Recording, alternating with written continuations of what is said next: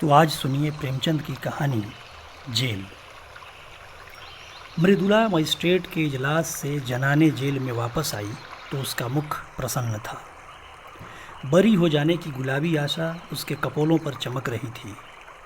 उसे देखते ही राजनीतिक कैदियों के एक समूह ने घेर लिया और पूछने लगी, कितने दिन की हुई?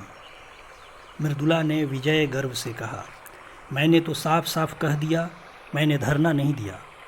यूँ आप ज़बरदस्त हैं, जो फैसला चाहे करें। न मैंने किसी को रोका, न पकड़ा, न धक्का दिया, न किसी से आरजू मिन्नत ही की। कोई ग्राहक मेरे सामने आया ही नहीं। हाँ, मैं दुकान पर खड़ी ज़रूर थी।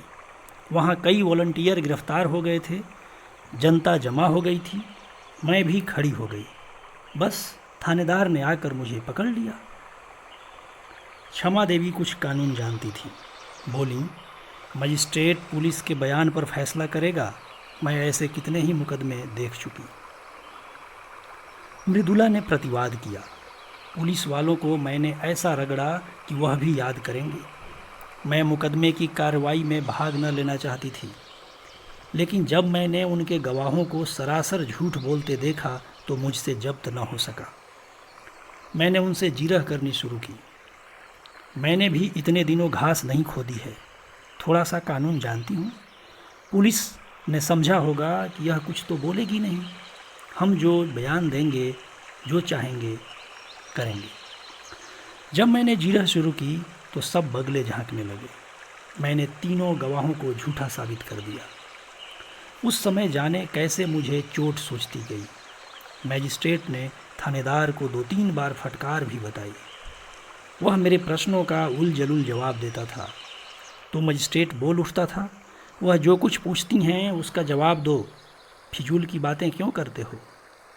तब मियाँ जी का मुंह जरा सा निकल आता था। मैंने सबों का मुंह बंद कर दिया। अभी साहब ने फैसला तो नहीं सुनाया, लेकिन मुझे विश्वास है बरी हो जाऊंगी।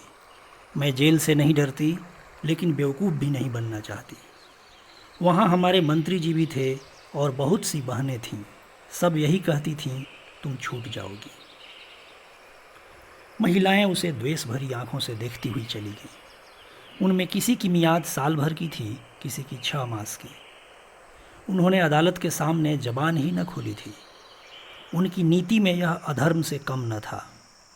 मृदुला पुलिस से जिरह करके उनकी नज़रों में गिर गई थी।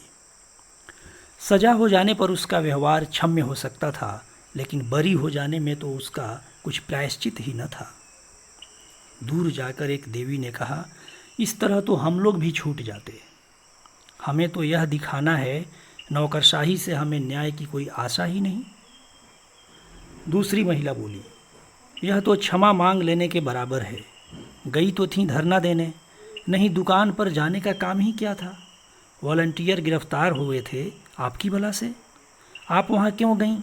मगर अब कहती हैं मैं धरना देने गई ही नहीं। यह क्षमा मांगना हुआ साफ साफ।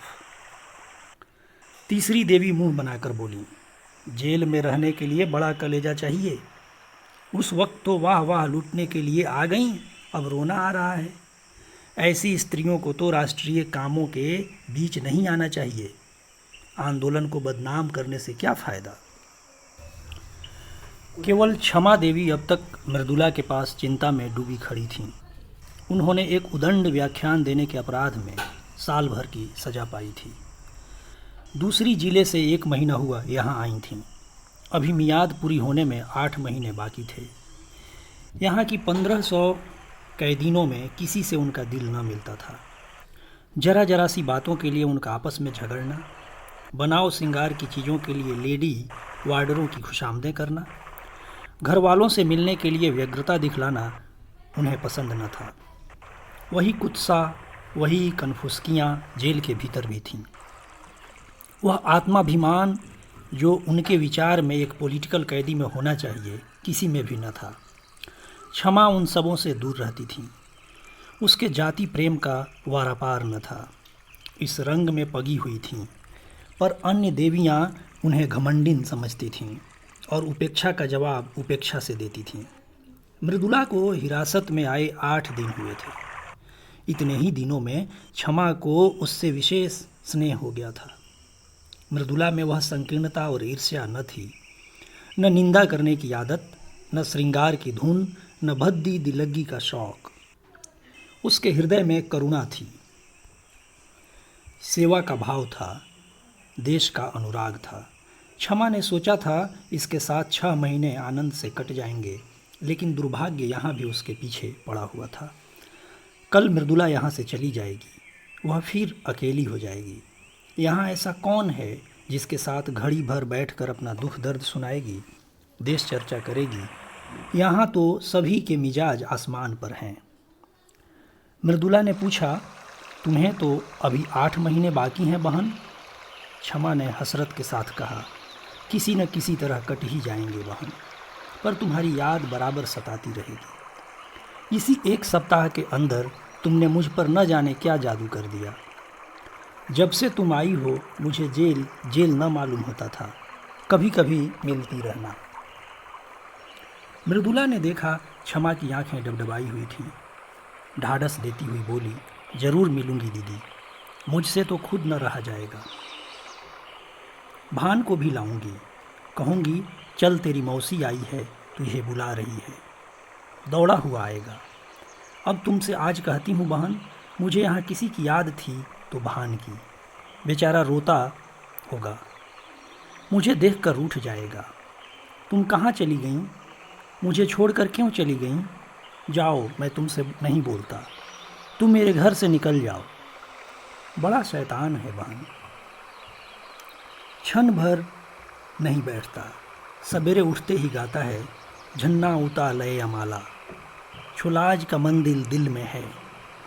जब एक झंडी कंधे पर रख कर कहता है, ताली छला पीली हलाम है, तो देखते ही बनता है।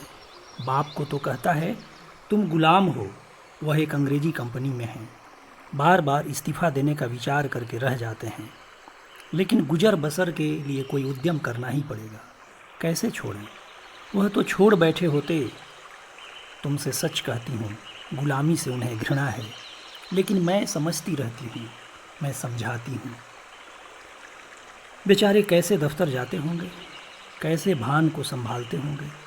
सास जी के पास तो रहता ही नहीं, वह बेचारी बूढ़ी उसके साथ कहाँ कहाँ दौड़ें। चाहती हैं कि मेरी गोद में दबक कर बैठा रहे और भान को गोद से चिढ़े। अम्मा मुझ पर बहुत बिगड़ेंगी, बस यही डर लग रहा था। मुझे देखने एक बार भी नहीं आई। कल अदालत में बाबूजी मुझसे कहते थे, तुमसे बहुत खफा हैं। 3 दिन तक तो दाना पानी छोड़े रहीं। इस छोकरी ने कुल मर्जाद डुबा दी, खानदान में दाग लगा दिया। कलमुही कुलछनी न जाने क्या क्या बकती रहीं। मैं उनकी बातों को बुरा नहीं मानती, पुराने ज़माने की हैं। उन्हें कोई चाहे कि आकर हम लोगों से मिल जाएं, तो यह उसका अन्याय है। चल कर मनाना पड़ेगा। बड़ी मिन्नतों से मानेंगी। कल ही कथा होगी, देख लेना। ब्राह्मण खाएंगे, बिरादरी जमा होगी, जेल का प्रायश्चित तो करना ही पड़ेगा। तुम हमारे घर 2-4 दिन रह कर तब जाना बहन, मैं आकर तुम्हें ले जाऊंगी। क्षमा आनंद के इन प्रसंगों से वंचित है। वह विधवा है, अकेली है। जालियांवाला बाग में उसका सर्वस्व लूट चुका है। पति और पुत्र दोनों की ही आहुति जा चुकी है। अब कोई ऐसा नहीं जिसे वह अपना कह सके। अभी उसका हृदय इतना विशाल नहीं हुआ है कि प्राणी मात्र को अपना समझ सके। इन 10 वर्षों से उसका व्यथित हृदय जाति सेवा में धैर्य और शांति खोज रहा है। जिन कारणों ने उसके बसे हुए घर को उजाड़ दिया, उसकी गोद सूनी कर दी, उन कारणों का अंत करने, उनको मिटाने में वह जी जान से लगी हुई थी। बड़े से बड़े बलिदान तो वह पहले ही कर चुकी थी। अब अपने हृदय के सिवाय उसके पास होम करने को और क्या रह गया था। औरों के लिए जाति सेवा सभ्यता का एक संस्कार हो या यशोपार्जन का एक साधन, क्षमा के लिए तो यह तपस्या थी, और वह नारीत्व की सारी शक्ति और श्रद्धा के साथ उसकी साधना में लगी हुई थी। लेकिन आकाश में उड़ने वाले पक्षी को भी तो अपने बसेरे की याद आती ही है। क्षमा के लिए वह आश्रय कहाँ था? यही वह अवसर थे जब क्षमा भी आत्मसंवेदना के लिए आकुल हो जाती थी। यहाँ मृदुला को पाकर वह अपने को धन्य मान रही थी। पर यह छां भी इतनी जल्द हट गई। क्षमा ने व्यथित कंठ से कहा, यहाँ से जाकर भूल जाओगी मृदुला। तुम्हारे लिए तो यह रेलगाड़ी का परिचय है और मेरे लिए तुम्हारे वादे उसी परिचय के वादे हैं। कभी भेंट हो जाएगी तो या तो पहचानोगी ही नहीं या जरा मुस्कुरा कर नमस्ते करती हुई अपनी राह चली जाओगी। यही दुनिया का दस्तूर है। अपने रोने से छुट्टी ही नहीं मिलती। दूसरों के लिए कोई क्यों कर रोए? तुम्हारे लिए तो मैं कुछ नहीं थी, मेरे लिए तुम बहुत अच्छी थी। मगर अपने प्रियजनों में बैठकर कभी कभी इस अभागिनी को जरूर याद कर लिया करना। भिखारी के लिए चुटकी भर आटा ही बहुत है। दूसरे दिन मजिस्ट्रेट ने फैसला सुना दिया। मृदुला बरी हो गई। संध्या समय वह सब बहनों से गले मिलकर रोकर रुलाकर चली गई, मानो अपने मायके से विदा हुई हो। 3 महीने बीत गए पर मृदुला एक बार भी न आई। और कैदियों से मिलने वाले आते रहते थे। किसी किसी के घर से खाने पीने की चीज़ें और सौगातें आ जाती थीं, लेकिन क्षमा को पूछने वाला कौन बैठा था। हर महीने के अंतिम रविवार को प्रातःकाल से ही मृदुला की बाट जो होने लगती। जब मुलाकात का समय निकल जाता तो जरा देर रोकर मन को समझा लेती। जमाने का यही दस्तूर है। एक दिन शाम को क्षमा संध्या करके उठी थी कि देखा मृदुला सामने चली आ रही है। न वह रूप रंग है न वह कांति। दौड़कर उसके गले से लिपट गई और रोती हुई बोली, यह तेरी क्या दशा है मृदुला? सूरत ही बदल गई। क्या बीमार है? मृदुला की आंखों से आंसुओं की झड़ी लगी हुई थी। बोली, बीमार तो नहीं हूँ बहन, विपत्ति से बंधी हुई हूँ। तुम मुझे खूब कोस रही होगी। उन सारी निठुराइयों का प्रायश्चित करने आई हूँ और सब चिंताओं से मुक्त होकर आई हूँ। क्षमा कांप उठी। अंतस्तल की गहराइयों से एक लहर सी उठती हुई जान पड़ी, जिसमें उनका अपना अतीत जीवन की टूटी हुई नौकाओं की भांति उतराता हुआ दिखाई दिया। रूधे हुए कंठ से बोली, कुशल तो है बहन? इतनी जल्दी तुम यहाँ फिर क्यों आ गई? अभी तो 3 महीने भी नहीं हुए। मृदुला मुस्कुराई, पर उसकी मुस्कुराहट में रुदन छिपा हुआ था। फिर बोली, अब सब कुशल है बहन, सदा के लिए कुशल है। कोई चिंता ही नहीं रही। अब यहाँ जीवन पर्यंत रहने को तैयार हूँ। तुम्हारे स्नेह और कृपा का मूल्य अब समझ रही हूँ। उसने एक ठंडी सांस ली और सजल नेत्रों से बोली, तुम्हें बाहर की खबरें क्या मिली होंगी? परसों शहर में गोलियां चलीं। देहातों में आजकल संगीनों की नोक पर लगान वसूल किया जा रहा है। किसानों के पास रुपए हैं नहीं, दें तो कहाँ से दें। अनाज का भाव दिन दिन गिरता जाता है। 250 रुपये में मन भर गेहूँ आता है। मेरी उम्र ही अभी क्या है। अम्मा जी भी कहती हैं कि अनाज इतना सस्ता कभी नहीं था। खेत की उपज से बीजों तक के दाम नहीं आते। मेहनत और सिंचाई इसके ऊपर। गरीब किसान लगान कहाँ से दें? उस पर सरकार का हुक्म है कि लगान कड़ाई के साथ वसूल किया जाए। किसान इस पर भी राजी हैं कि हमारी जमा जत्था नीलाम कर लो, घर कुर्क कर लो, अपनी ज़मीन ले लो। मगर यहाँ तो अधिकारियों की अपनी कारगुजारी दिखाने की फिक्र पड़ी हुई है। वह चाहे प्रजा को चक्की में पीस ही क्यों न डालें, सरकार उन्हें मना न करेगी। मैंने सुना है कि वह उल्टे और सह देती है। सरकार को तो अपने कर से मतलब है। प्रजा मरे या जिए, उससे कोई प्रयोजन नहीं। अक्सर जमींदारों ने तो लगान वसूल करने से इनकार कर दिया है। अब पुलिस उनकी मदद पर भेजी गई है। भैरोगंज का इलाका लूट लिया गया। मरता क्या न करता, किसान भी घर बार छोड़कर भागे जा रहे हैं। एक किसान के घर में घुसकर कई कांस्टेबलों ने उसे पीटना शुरू किया। बेचारा बैठा मार खाता रहा। उसकी स्त्री से न रहा गया। शामत की मारी कांस्टेबलों को कुवचन कहने लगी। बस एक सिपाही ने उसे नंगा कर दिया। क्या कहूँ बहन, कहते शर्म आती है। हमारे ही भाई इतनी निर्दयता करें, इससे ज़्यादा दुख और लज्जा की बात क्या होगी। किसान से जब्त न हुआ, कभी पेट भर गरीबों को खाने को तो मिलता नहीं। इस पर इतना कठोर परिश्रम, न देह में बल है न दिल में हिम्मत, पर मनुष्य का हृदय ही तो ठहरा। बेचारा बेदम पड़ा हुआ था। स्त्री का चिल्लाना सुनकर उठ बैठा और उस दुष्ट सिपाही को धक्का देकर ज़मीन पर गिरा दिया। फिर दोनों में कुस्तम कुश्ती होने लगी। एक किसान किसी पुलिस के साथ इतनी बेअदबी करे, इसे भला वह कहीं बर्दाश्त कर सकती है। सब कांस्टेबलों ने गरीब को इतना मारा कि वह मर गया। क्षमा ने कहा, गांव के और लोग तमाशा देखते रहे होंगे। मृदुला तीव्र कंठ से बोली, बहन, प्रजा की तो हर बात से मरण है।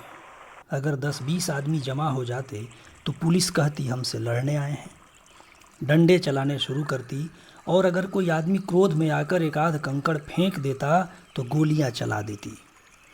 10-20 आदमी भुने जाते, इसलिए लोग जमा नहीं होते। लेकिन जब वह किसान मर गया तो गांव वालों को तैश आ गया। लाठियां ले लेकर दौड़ पड़े और कांस्टेबलों को घेर लिया। संभव है 2-4 आदमियों ने लाठियां चलाई भी हों। कांस्टेबलों ने गोलियां चलानी शुरू की। 2-3 सिपाहियों को हल्की चोटें आईं। उसके बदले में 12 आदमियों की जानें ले ली गईं और कितनों के ही अंग भंग कर दिए गए। इन छोटे छोटे आदमियों को इसलिए तो इतना अधिकार दिए गए हैं कि उनका दुरुपयोग करें। आधे गांव का कत्लेआम करके पुलिस विजय के नगाड़े बजाती हुई लौट गई। गांव वालों की फरियाद कौन सुनता। गरीब हैं, बेकस हैं, अपंग हैं, जितने आदमियों को चाहो मार डालो। अदालत और हाकिमों से तो उन्हें न्याय की आशा करना ही व्यर्थ है। आखिर सरकार ही ने तो कांस्टेबलों को यह मुहिम सर करने के लिए भेजा था। वह किसानों की फरियाद क्यों सुनने लगी, अगर आदमी का दिल फरियाद किए बगैर नहीं मानता। गांव वालों ने अपने शहर के भाइयों से फरियाद करने का निश्चय किया। जनता और कुछ नहीं कर सकती, हमदर्दी तो करती है, दुख कथा सुनकर आंसू तो बहाती है। दुखियारों को हमदर्दी के आंसू भी कम प्यारे नहीं होते। अगर आसपास के गांवों के लोग जमा होकर उनके साथ रो लेते तो गरीबों के आंसू पूछ जाते। किंतु पुलिस ने उस गांव की नाकेबंदी कर रखी थी। चारों सीमाओं पर पहरे बिठा दिए गए थे। यह घाव पर नमक था, मारते भी हो और रोने भी नहीं देते। आखिर लोगों ने लाशें उठाईं और शहर वालों को अपनी विपत्ति की कथा सुनाने चले। इस हंगामे की खबर पहले ही शहर में पहुंच गई थी। इन लाशों को देखकर जनता उत्तेजित हो गई और जब पुलिस के अध्यक्ष ने इन लाशों का जुलूस निकालने की अनुमति न दी तो लोग और भी झल्लाए। बहुत बड़ा जमाव हो गया। मेरे बाबूजी भी इसी दल में थे और मैंने उन्हें रोका, मत जाओ, आज का रंग अच्छा नहीं है। तो कहने लगे, मैं किसी से लड़ने थोड़े ही जाता हूँ। जब सरकार की आज्ञा के विरुद्ध जनाजा चला तो 50,000 आदमी साथ थे। उधर 500 सशस्त्र पुलिस रास्ता रोके खड़ी थी। सवार, प्यादे, सार्जेंट, पूरी फौज थी। हम निहत्थों के सामने इन नामर्दों को तलवारें चमकाते झंकारते शर्म भी नहीं आती। जब बार बार पुलिस की धमकियों पर भी लोग न भागे तो गोलियां चलाने का हुक्म हो गया। घंटे भर बराबर फायर होते रहे, पूरे घंटे भर तक। कितने मरे कितने घायल हुए कौन जानता है। मेरा मकान सड़क पर है। मैं छज्जे पर खड़ी दोनों हाथों से दिल थामे कांपती थी। पहली बाढ़ चलते ही भगदड़ मच गई। हजारों आदमी बदहवास भागे चले आ रहे थे। बहन, वह दृश्य अभी तक आंखों के सामने है। कितना भीषण, कितना रोमांचकारी और कितना लज्जास्पद। ऐसा जान पड़ता था कि लोगों के प्राण आंखों से निकल पड़ते हैं। मगर इन भागने वालों के पीछे वीर व्रतधारियों का दल था जो पर्वत की भांति अटल खड़ा छातियों पर गोलियां खा रहा था और पीछे हटने का नाम न लेता था। बंदूकों की आवाज़ें साफ सुनाई देती थीं और हरेक धाए धाए के बाद हजारों गलों से जय की गहरी गगनभेदी ध्वनि निकलती थी। उस ध्वनि में कितनी उत्तेजना थी, कितना आकर्षण, कितना उन्माद। बस यही जी चाहता था कि जाकर गोलियों के सामने खड़ी हो जाऊं और हंसते हंसते मर जाऊं। उस समय ऐसा भान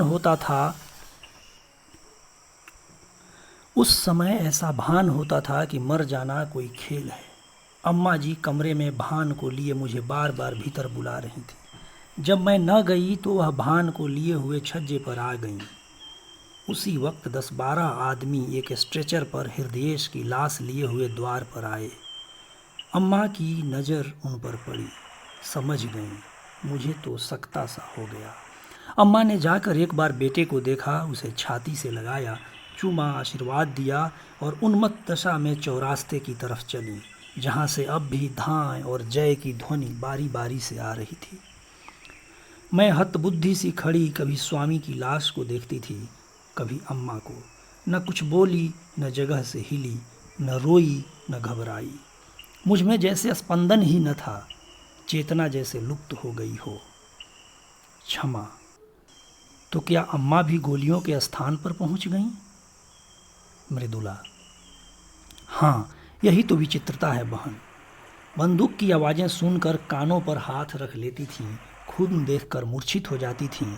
वहीं अम्मा वीर सत्याग्रहियों की सफ़ों को चीरती हुई सामने खड़ी हो गईं और एक ही क्षण में उनकी लाश भी जमीन पर गिर पड़ी। उनके गिरते ही योद्धाओं का धैर्य टूट गया, व्रत का बंधन टूट गया। सभी के सिरों पर खून सा सवार हो गया। निहत्थे थे, अशक्त थे, पर हर एक अपने अंदर अपार शक्ति का अनुभव कर रहा था। पुलिस पर धावा कर दिया। सिपाहियों ने इस बाढ़ को आते देखा तो होश जाते रहे। जाने लेकर भागे, मगर भागते हुए भी गोलियां चलाते जाते थे। भान छज्जे पर खड़ा था, न जाने किधर से एक गोली आकर उसकी छाती में लगी। मेरा लाल वहीं पर गिर पड़ा, सांस तक न ली, मगर मेरी आंखों में अब भी आंसू न थे। मैंने प्यारे भान को गोद में उठा लिया। उसकी छाती से खून के फव्वारे निकल रहे थे। मैंने उसे जो दूध पिलाया था उसे वह खून से अदा कर रहा था। उसके खून से तर कपड़े पहने हुए मुझे वह नशा हो रहा था जो शायद उसके विवाह में गुलाल से तर रेशमी कपड़े पहन कर भी न होता।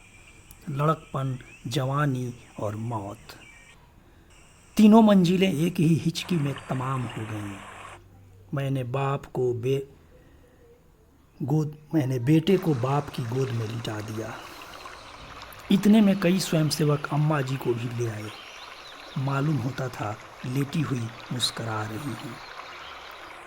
मुझे तो रोकती रहती थी और खुद इस तरह जाकर आग में कूद पड़ी, मानो वह स्वर्ग का मार्ग हो। बेटे ही के लिए जीती थी, बेटे को अकेला कैसे छोड़ती। जब नदी के किनारे तीनों लाशें एक ही चिता में रखी गईं तो मेरा सकता टूटा, होश आया। एक बार जी में आया चिता में जा बैठूं। सारा कुनबा एक साथ ईश्वर के दरबार में जा पहुँचे। लेकिन फिर सोचा, तूने अभी ऐसा कौन काम किया है जिसका इतना ऊंचा पुरस्कार मिले।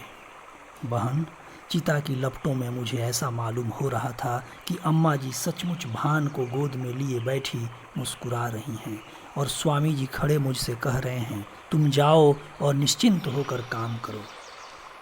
मुख पर कितना तेज था। रक्त और अग्नि ही में तो देवता बसते हैं। मैंने सिर उठाकर देखा। नदी के किनारे न जाने कितनी चिताएं जल रही थीं। दूर से वह चितावली ऐसी मालूम होती थी मानो देवता ने भारत का भाग्य गढ़ने के लिए भट्ठियां जलाई हों।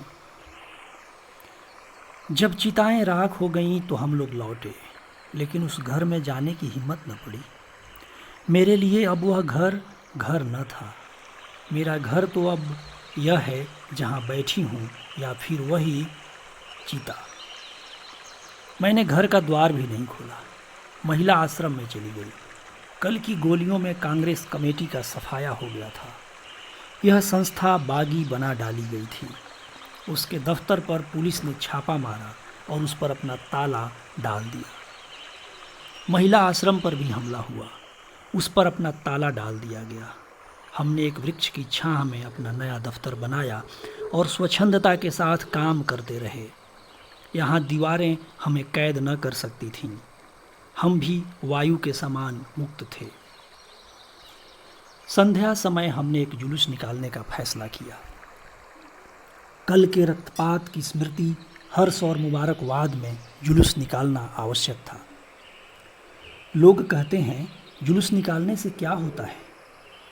इससे यह सिद्ध होता है कि हम जीवित हैं, अटल हैं और मैदान से हटे नहीं हैं। हमें अपने हार न मानने वाले आत्माभिमान का प्रमाण देना था। हमें यह दिखाना था कि हम गोलियों और अत्याचार से भयभीत होकर अपने लक्ष्य से हटने वाले नहीं, और हम उस व्यवस्था का अंत करके रहेंगे जिसका आधार स्वार्थपरता है और खून पर टिका है। उधर पुलिस ने भी जुलूस को रोककर अपनी शक्ति और विजय का प्रमाण देना आवश्यक समझा। शायद जनता को धोखा हो कि कल की दुर्घटना ने नौकरशाही का नैतिक ज्ञान जागृत कर दिया है। इस धोखे को दूर करना उसने अपना कर्तव्य समझा। वह यह दिखा देना चाहती थी कि हम तुम्हारे ऊपर शासन करने आए हैं और शासन करेंगे। तुम्हारी खुशी या नाराज़गी की हमें परवाह नहीं है। जुलूस निकालने की मनाही हो गई। जनता को चेतावनी दे दी गई कि खबरदार जुलूस में न आना, नहीं तो दुर्गति होगी। इसका जनता ने वह जवाब दिया जिसने अधिकारियों की आंखें खोल दी होंगी।